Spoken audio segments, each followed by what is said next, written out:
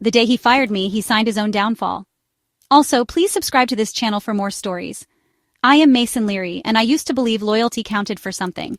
That hard work, integrity, and showing up even when everything inside you was broken would earn you a place in the world. But I learned the truth on a rainy Monday, in a glass-walled office that used to feel like a second home. That is the day Nolan Kessler, my boss's son, fired me.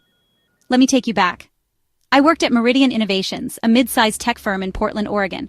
I was employee number 4, back when we were just a cluttered garage and a half-broken coffee machine. Jack Kessler, the founder, had been more than a boss to me. He was a mentor, a friend, and after my dad passed from cancer, kind of like a second father. Jack gave me a job when I had nothing, believed in me, said, "You do not need a degree if you have got heart and hunger." For over a decade I was there. Through IPO talks, product failures, rebuilds, acquisitions, everything. I climbed from junior developer to director of product. I sacrificed weekends, relationships, sleep. I built the Pulse Watch system, the tech that saved this company when our revenue dipped in 2021. Jack always said, "This company's soul is people like you." Then came the stroke. Last November, Jack collapsed in the parking garage. A silent stroke, mild, but enough to scare him. He did not return to work after that. And 2 weeks ago, Nolan took over. Nolan, the golden boy, MBA from Stanford, watch collection more expensive than my car, a smile as hollow as an empty server room. We had met at company barbecues before. He never remembered my name. His first day was all suits and silence.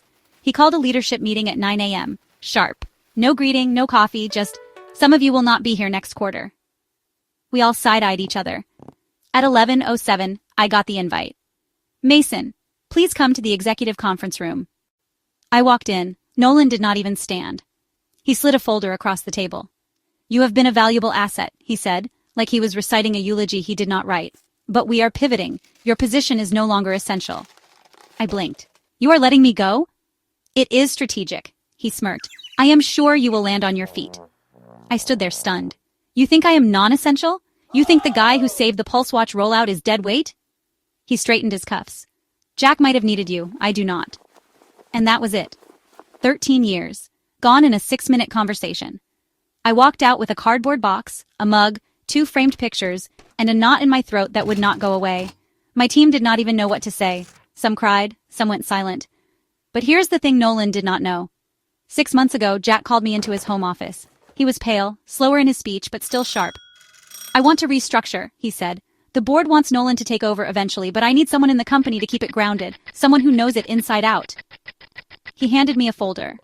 It was a legal draft, an amendment to the executive charter. It gave me power of veto over major strategic decisions. Hiring, layoffs, acquisitions, effective once signed.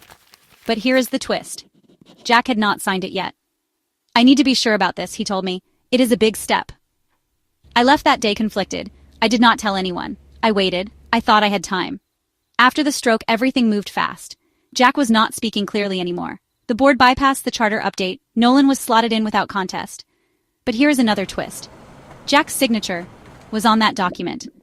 Turns out, the night before his stroke, he had scanned and emailed it to his attorney. But the attorney was on vacation overseas. When she returned last week and saw what happened, she called me immediately. The document was legally valid. And I was still technically director of product. And with that charter amendment, I had full veto power. I do not know if Nolan had ever broken a sweat in his life before that moment.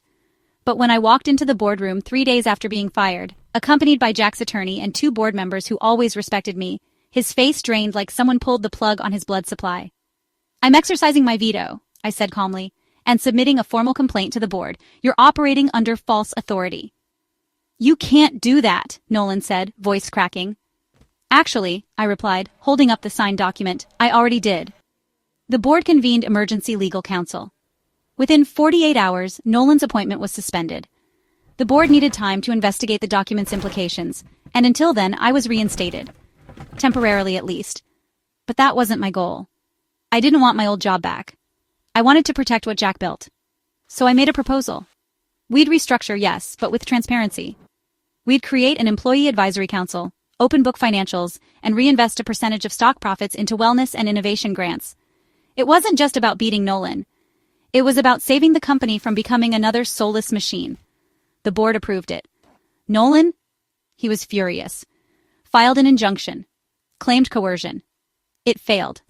But the worst blow came later. Turns out Nolan had been funneling money from our research and development department into a shell company, his shell company, trying to spin off our tech for his own startup. Jack's lawyer uncovered it in the audit. It was more than betrayal. It was theft. Jack, slowly recovering, was told in bits and pieces. He didn't speak much, but when he heard about Nolan's fraud, he simply said, "Not my son anymore." That was the last thing he ever said about Nolan. A month later, he passed in his sleep. The funeral was quiet. Rain fell steadily, like the sky was washing it all away. Nolan didn't show. But I stood beside Jack's casket and whispered, "I kept my promise." Meridian Innovations still stands. We lost some people, gained others. The soul of the company, Jack's soul, is still alive in the way we treat each other. As for Nolan, he's under federal investigation. He fired me to take control. But that signature he didn't know about, it was the key to everything. He ended my job. And in doing so, he ended his world.